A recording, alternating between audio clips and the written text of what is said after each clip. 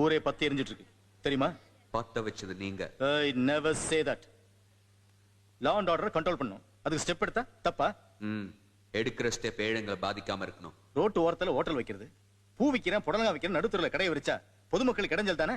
ரோட்டோரமா hotel போட்டவனும் பூ போடலங்கா விக்கிறவனும் சேர்த்துதான் பொதுமக்கள். 100 கோடி பேர் போராடிதான் வாழணும். அதுக்கு என்ன பண்றது? பொழப்ப நாசம் பண்ணக்கூடாது, பொய் கேஸும் போடக்கூடாது. எந்த இடத்துல கடை வைக்கணும், எந்த இடத்துல பிசினஸ் பண்ணணும்னு எல்லாத்துக்கும் ஒரு வரமுறை இருக்கு. நீங்க வரைஞ்சு முறையா கொடுக்குற இடத்துல ₹1,00,000 அட்வான்ஸ் தரணும், 1000 கணக்கா வாடகை கொடுக்கணும். அப்போ நடு ரோட்ல வந்து நியூசன்ஸ் பண்ணுவாங்களா? முடியலன்னா ஒதுங்கிதான் இருக்கணும். ஏன்? அவங்களுக்கு நீங்க உதவி செய்யலாமே. பேங்க்ல ஜாமீன் கழுத்து போட்டு காசு வாங்கி கொடுங்க, பொழப்ப நடத்துவாங்க. கண்டவங்களுக்கு எல்லாம் கையெழுத்து போடுறதுக்கு எங்களால முடியாது, அதுக்கு நாங்க ஆள் இல்ல. அப்ப அவங்க தலையெழுத்தை நீங்க நிர்ணயிக்காதீங்க. உன் இஷ்டத்துக்கு பேசுறதுக்கு இது ஒண்ணு கட்ட பஞ்சாயத்து இல்ல, இது கமிஷனர் ஆபீஸ். அதனாலதான் அமைதியா பேசிக்கிட்டு இருக்கேன். ஓஹோ, நீ ஏன் பேச மாட்ட? மூட்டை தூக்குறவன் ரிக்ஷாக்காரன் உன் பின்னாடி இருக்காங்க தைரியத்தை தானே பேசுற?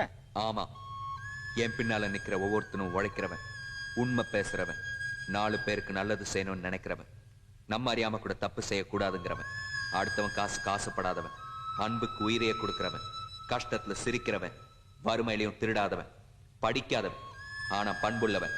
தெரிஞ்சுக்க. அத பத்தி எல்லாம் எனக்கு கவலை கிடையாது. நடக்கிற கலவரத்துக்கு உங்க ஆளுங்க தான் காரணம்னு என்னால எந்த ஆக்ஷன் வேணா எடுக்க முடியும். ஆக்ஷன் 307 கொலை முயற்சி 3 வருஷம், 363 ஆள் கடத்தல் 7 வருஷம், 376 கற்பழிப்பு 10 வருஷம். இப்படி ஏதாவது ஒரு கேஸ போட்டு நீங்களா பேப்பர் ரெடி பண்ணுவீங்க. அதை நீங்க செஞ்சாலும் சரி, அடுத்த பேச்ச